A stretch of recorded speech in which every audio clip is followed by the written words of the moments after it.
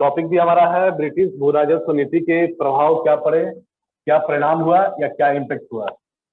कुछ भी आएगा लिखना यही है, ठीक है। तो देखिए हम चलते हैं कि ब्रिटिश भू राजस्व नीति के क्या क्या प्रभाव हुए। तो उसमें सबसे पहले हम देख रहे हैं कि जो प्रभाव हुआ भूमि का हस्तांतरणीय बनाना, ठीक है। भूमि का हस्तांतरणीय बनाना एक सबसे बड़ा इसका प्रभाव था। देख रहे हैं हम पहले जो व्यवस्था थी, जिसकी भूमि होती थी भूमि उसी के पास होता था, लेकिन जो नई व्यवस्था आई उसमें क्या हुआ, लगान देना बहुत मुश्किल हो गया था। तो इन लगान चुकाने के लिए क्या किया गया, अंग्रेजों के द्वारा जो उनकी भूमि थी वो आप बेच सकते हैं, गिरवी रख सकते हैं, ये व्यवस्था लाई गई। अब ये सुन लीजिए, फिर हम डिटेल में सबको लिखाएंगे अभी, ठीक है। फिर दूसरी व्यवस्था था भूमि को पूंजी विनिमय का साधन बनाना। अब जो भूमि थी अब आपके लिए पूंजी विनिमय का एक साधन बन गया। आप इस पूंजी से जो है अपना लगान चुका सकते हैं, लगान दे सकते हैं और इसका उपयोग अन्य क्षेत्रों में कर सकते हैं। तीसरा था कृषकों की ऋणग्रस्तता। इसमें क्या हो रहा है कि जो कर्ज के बोझ से इतना ज्यादा दब गया है किसान, उसके पास और कोई विकल्प नहीं बच रहा था ऋण लेने के लिए। ऋण का बोझ इतना ज्यादा बढ़ गया था कि वो अपनी जमीन को जो है उसको गिरवी रखना, बेचना, उसके लिए मजबूरी हो गई थी। चौथा है उत्पादन में कमी। हम देख रहे हैं कि जिस प्रकार से भूमि का ट्रांसफरेबल किया गया, ऊपर देख रहे हैं हस्तांतरण में हो रहा है, इससे क्या हो रहा है कि भूमि का आकार छोटा हो जा रहा है। अब छोटे से क्षेत्र में आप सरप्लस प्रोडक्शन नहीं कर पा रहे हैं, जिस कारण से क्या हो रहा है, उत्पादन में कमी आती जा रही है। अगला है जमींदार वर्ग का उदय। देखिए इसके द्वारा क्या हो रहा है कि हमने पढ़ा था कि 3 व्यवस्था लाई गई थी। एक था अस्थायी बंदोबस्त व्यवस्था, एक रैयतवाड़ी व्यवस्था, तीसरी थी महलवाड़ी व्यवस्था। एक अस्थायी बंदोबस्त में एक नया वर्ग का उदय हुआ जिसका नाम था जमींदार वर्ग। ये जमींदार वर्ग जो थे हमेशा अंग्रेजों के गुलाम या उनके हमेशा साथ रहे हैं, और जितने भी आंदोलन हुए उसमें से जमींदार वर्ग जो है हमेशा बढ़ चढ़ कर अंग्रेजों का साथ दिया, जिससे एक नया वर्ग का उदय हुआ जिसका नाम है जमींदार वर्ग का उदय। अगला है कृषि उत्पादनों का निर्यात। हम देख रहे हैं कि जो उस समय कृषि होती थी, अब अंग्रेजों के द्वारा बलपूर्वक कृषि कराया जा रहा है और कृषि का इस समय वाणिज्यिकरण हो गया। कृषि का जो उत्पादन हो रहा है उस समय किसान का नहीं चल रहा है। अंग्रेजों के द्वारा जो नील की खेती, आपको कपास की खेती करने के लिए बाध्य किया जा रहा है, इससे किसानों को मुनाफा नहीं के बराबर होता था। इसमें जो भी फायदा होता था वो फायदा होता था अंग्रेजों को। इसलिए हम देख रहे हैं कृषि उत्पादों का निर्यात, उसमें जो हो रहा है कृषि उत्पादों का निर्यात हो रहा है। यही 6 पॉइंट हम लोग को देखना है कि क्या इम्पैक्ट हुआ। तो हम चाह रहे हैं कि थोड़ा थोड़ा आप लोग इसको थोड़ा थोड़ा नोट करते जाएं, ठीक है। तो आप देखिए पहले इसकी, देखिए ब्रिटिश भू राजस्व नीति का क्या इम्पैक्ट हुआ। तो एक भूमिका यहाँ दे दूँ, एक भूमिका ऊपर लिख लेंगे कि क्या इसकी पृष्ठभूमि रहा है। देखिए इसमें लिखिए ब्रिटिश भू राजस्व व्यवस्था के तहत, ब्रिटिश भू राजस्व व्यवस्था के तहत लाई गई विभिन्न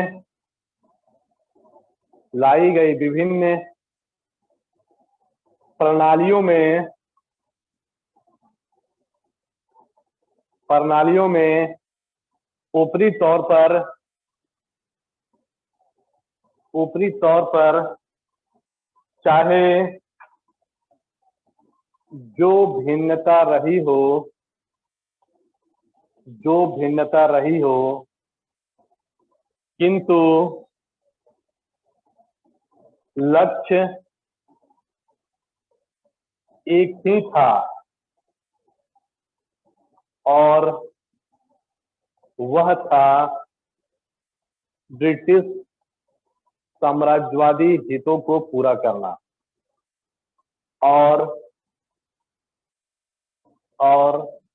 आर्थिक अधिशेष को भारत से बाहर ब्रिटेन ले जाना। ब्रिटेन ले जाना। इस कारण भू राजस्व व्यवस्था का प्रभाव भारतीय समाज, अर्थव्यवस्था तथा विभिन्न वर्गों पर प्रतिकूल पड़ा,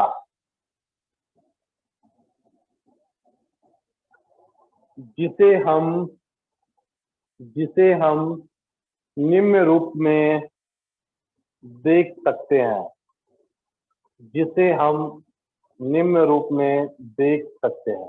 उसमें नंबर 1 पॉइंट लिखिएगा, भूमि का हस्तांतरणीय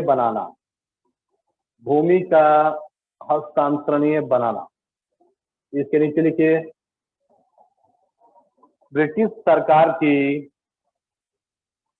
भू राजस्व नीति का सबसे महत्वपूर्ण परिणाम यह निकला कि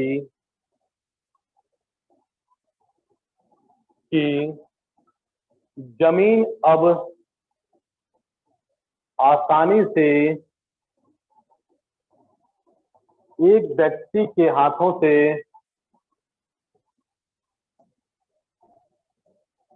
दूसरे व्यक्ति के हाथों में जा सकती थी।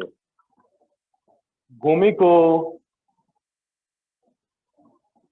लगान चुकाने का एक महत्वपूर्ण माध्यम माना गया, जिसके कारण जमीन को अब बेचा या गिरवी रखा जा सकता था।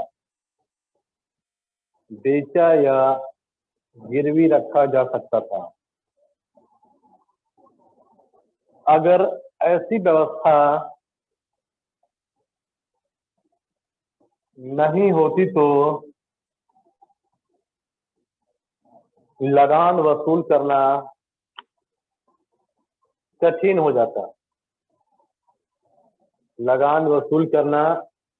हो जाता। इसलिए सरकार ने ऐसी व्यवस्था की। इससे अंग्रेजों को तो लाभ हुआ, परंतु भारतीय सामाजिक और आर्थिक व्यवस्था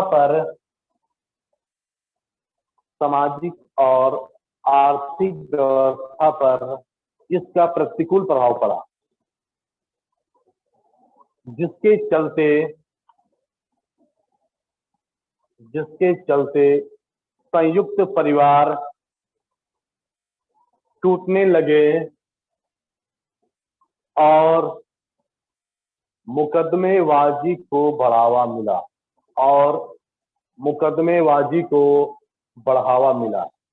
ठीक है, ये पहला पॉइंट हमने डील कर दिया, भूमि का हस्तांतरणीय बनाना, उससे क्या इम्पैक्ट पड़ा।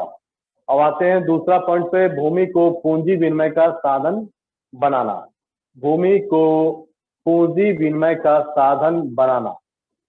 इसमें थोड़ा लिख लीजिए, सरकारी कृषि नीति का दूसरा महत्वपूर्ण परिणाम यह निकला कि अब जमीन पर स्वामित्व प्राप्त होने से लोगों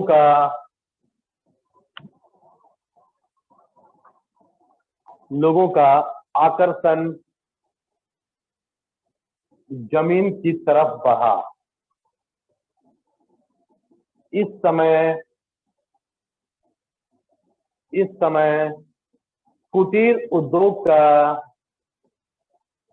विनाश भी बहुत तेजी से हो रहा था।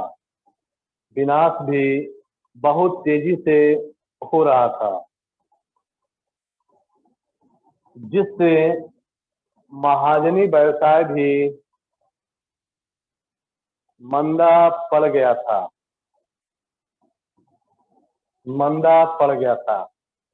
अतः महाजनों और साहूकारों ने अपना पैसा जमीन में लगाना ज्यादा उचित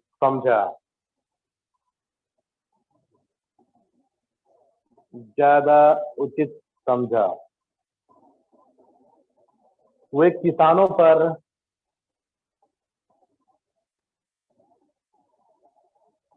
ऋण अदा नहीं करने के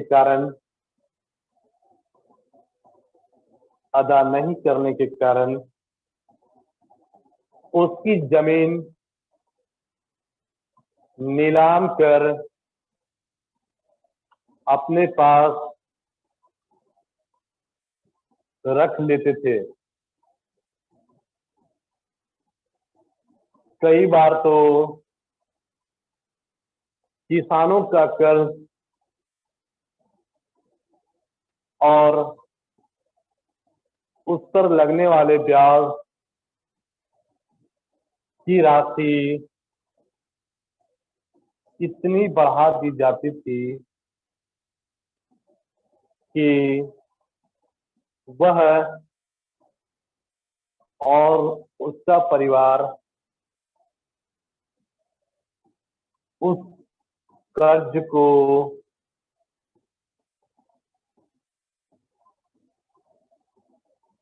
चुकाने के एवज में अपनी सारी जमीनों से हाथ धो बैठते थे, जिससे एक नया भूमिहीन वर्ग का उदय हुआ।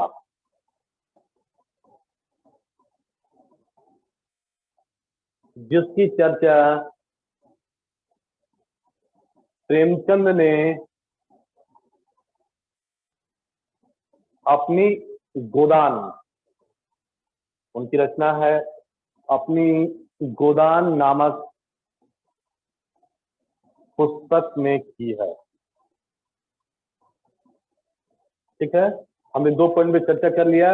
भूमि को पूंजी विनिमय का साधन बनाना। ठीक है, तीसरा आते हैं कृषकों की ऋणग्रस्तता। कैसे ऋण के जाल में फंसते चले गए और ऋणग्रस्त होते चले गए किसान। इसमें भी कुछ विचार लिख लीजिए। नई भू राजस्व व्यवस्था से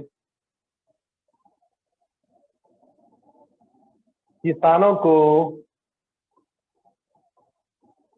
को दरिद्र बनाकर, दरिद्र मतलब गरीब, ठीक है, बनाकर उन्हें कर्ज के बोझ तले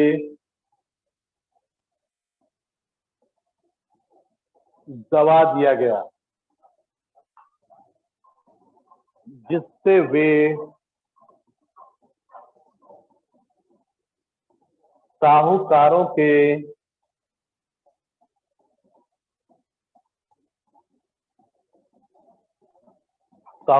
के चंगुल में फंस गए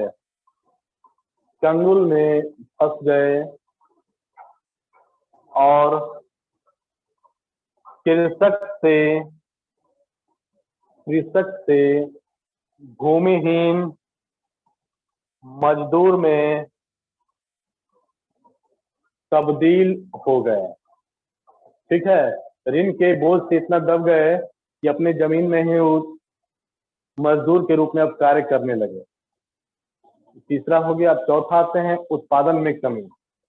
चौथा देखिए, उत्पादन में कमी। कैसे कमी आती है, लिखिए।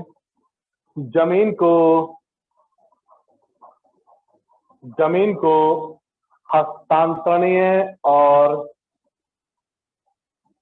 विभाज्य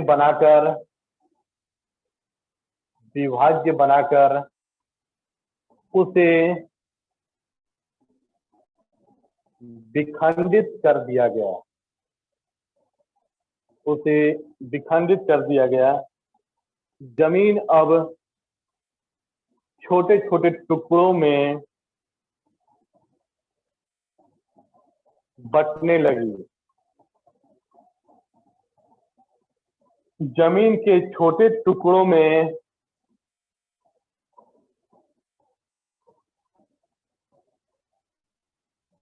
कृषि के परिष्कृत एवं नवीन साधनों का प्रयोग संभव नहीं था।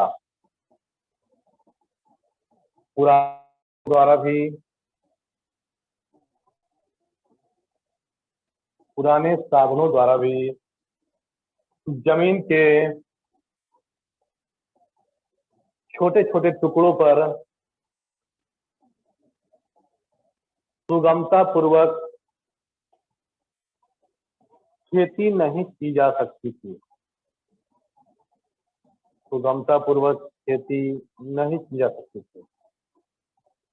परिणाम स्वरूप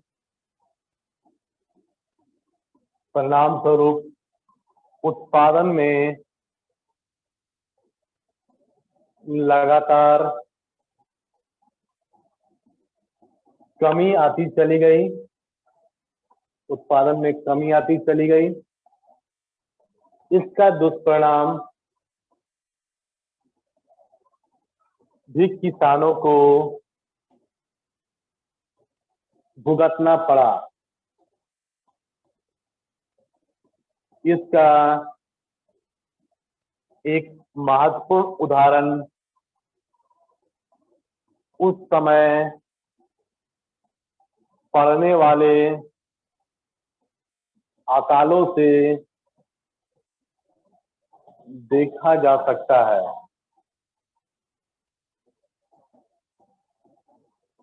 ठीक है, अगला आते हैं जमींदार वर्ग का उदय।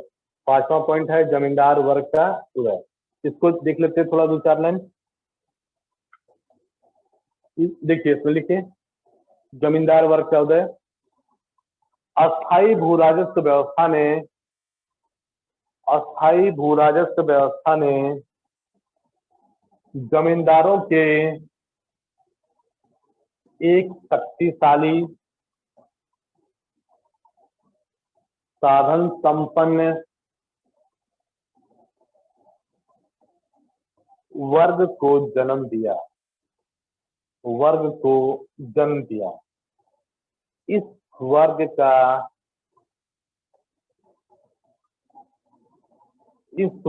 का मुख्य काम किसानों और सरकार के बीच बिचौलिया का काम करना था। सरकार और किसानों के बीच बिचौलिया, जिसको अंग्रेजी में कहते हैं मीडिएटर, का काम करना था। जमींदारों के अत्याचार किसानों पर लगातार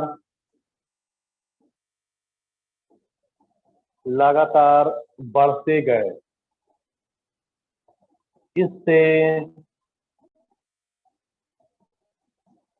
ग्रामीण व्यवस्था प्रभावित हुई।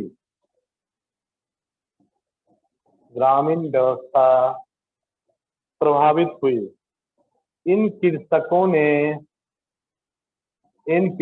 ने कृषक विद्रोह की एक श्रृंखला को जन्म दिया। परिणाम स्वरूप अनेक काश्तकारी कानून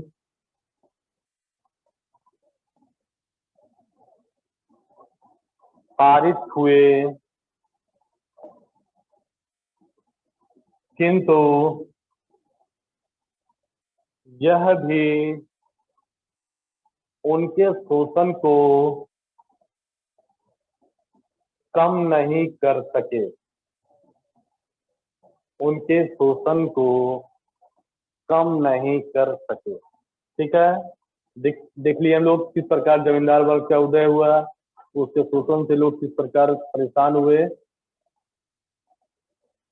एक अगला लिख लेते हैं, फिर उसके बाद फिर समझेंगे।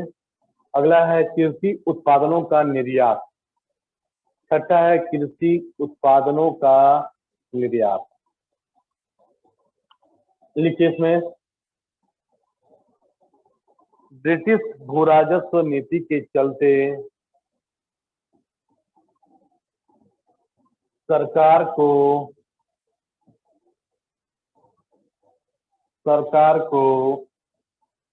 खाद्यान्नों एवं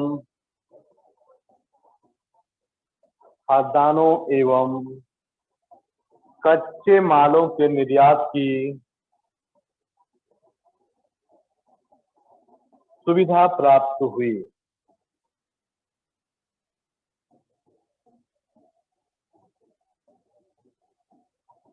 जिसकी ब्रिटेन में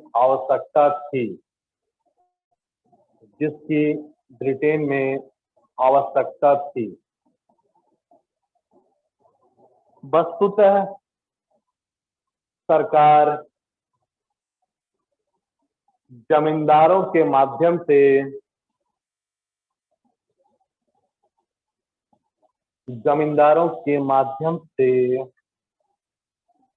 किसानों से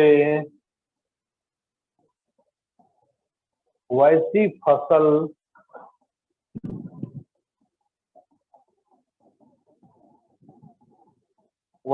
फसल उपजाया करती थी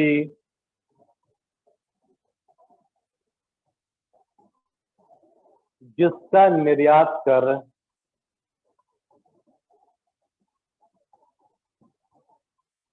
सरकार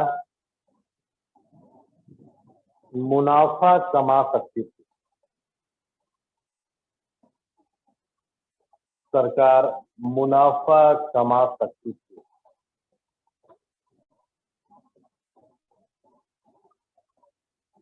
या अपने यहाँ के उद्योगों को कच्चा माल उपलब्ध करा सकती थी, जैसे रुई, कपास, नील, अफीम, चाय इत्यादि। ठीक है, कच्चा माल हो गया, अफीम हो गया, चाय हो गया, नील हो गया, रुई हो गया, कपास हो गया, एक्सेट्रा। इसकी उपज पर अब ज्यादा ध्यान दिया गया,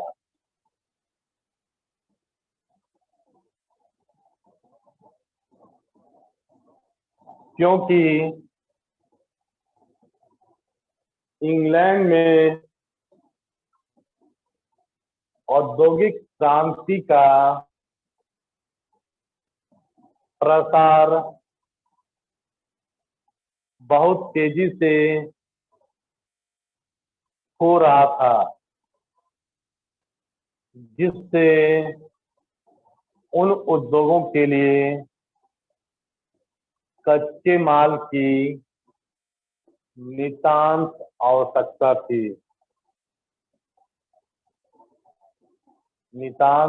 आवश्यकता थी। इन आवश्यकताओं की पूर्ति भारत में उपजाए गए इन कच्चे मालों ने काफी हद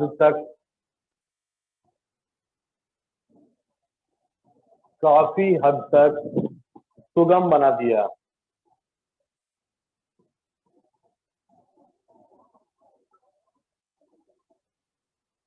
किसान भी इन्हें इसीलिए उपजाने को बाध्य होता था, क्योंकि इससे उसे तत्काल धन उपलब्ध हो जाता था, जो लगान चुकाने के लिए आवश्यक था। जो लगान चुकाने के लिए आवश्यक था। साथ ही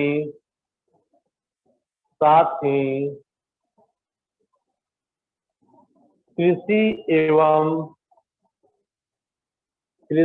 एवं भूमि पर सरकारी नियंत्रण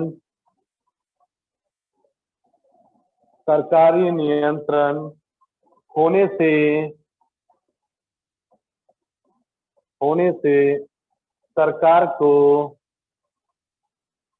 अनाज के निर्यात करने में सुविधा होती थी। अनाज को निर्यात करने में सुविधा होती थी। इन सब का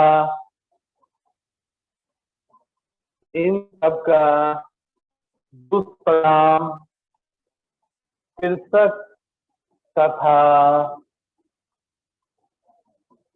आम जनता को भुगतना पड़ा। कृषक तथा आम जनता को भुगतना पड़ा। ठीक है, हमने 6 पॉइंट को डील कर दिया है। देखिए आप लोग फिर से भूमि का हस्तांतरणीय बनाना बता दिए हैं, भूमि को पूंजी विनिमय का साधन बनाना, कृषकों की ऋणग्रस्तता, उत्पादन में कमी, जमींदार वर्ग का उदय, कृषि उत्पादनों का निर्यात। ठीक है, ये 6 पॉइंट था जो इसका इम्पैक्ट पड़ा, हमने बता दिया इसका। अब इसके नीचे थोड़ा सा निष्कर्ष लिख लीजिए, इसका क्या निष्कर्ष हुआ। हमने दिखा दिया भूमिका भी, इसका प्रभाव का 6 पॉइंट। अब नीचे हम निष्कर्ष दिखाते हैं 2-4 लाइन में। पैराग्राफ चेंज कर दीजिएगा यहाँ से।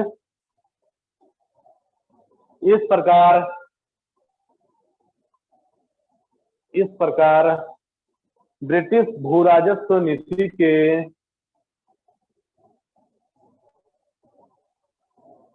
परिणाम स्वरूप भारतीय अर्थव्यवस्था में महान परिवर्तन हुए। समाज में जमींदार एवं साहूकार वर्ग प्रधान वर्ग बनकर उभरे।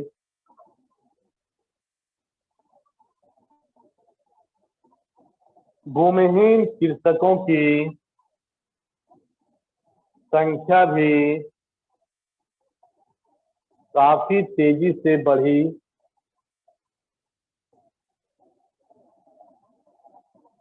कृषि का वाणिज्यीकरण हुआ।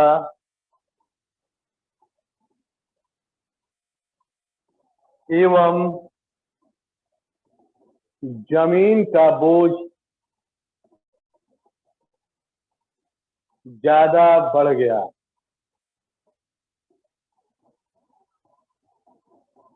जिससे भारतीय गांव की विशिष्टता जिससे भारतीय गांव की विशिष्टता समाप्त हो गई और ग्रामीण समाज का पूरा ढांचा बिखर गया। भारत जो अब सोने की चिड़िया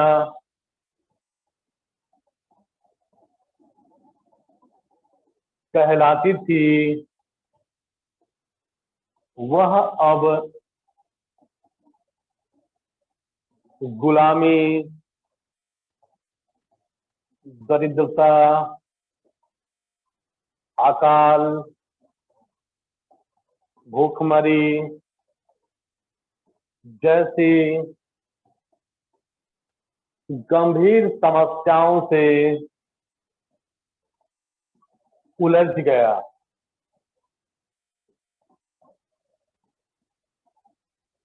जिसका प्रभाव हम आज भी देखते हैं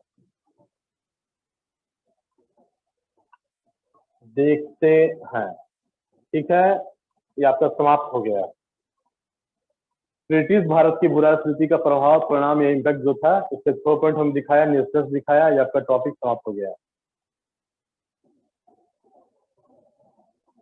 हमारा जो मेरे टॉपिक मिला था ब्रिटिश भू राजस्व नीति, हमने पूरा कंप्लीट कर दिया है। हमारी क्लास समाप्त हो गई है। किन्हीं को कोई समस्या है, पूछना है?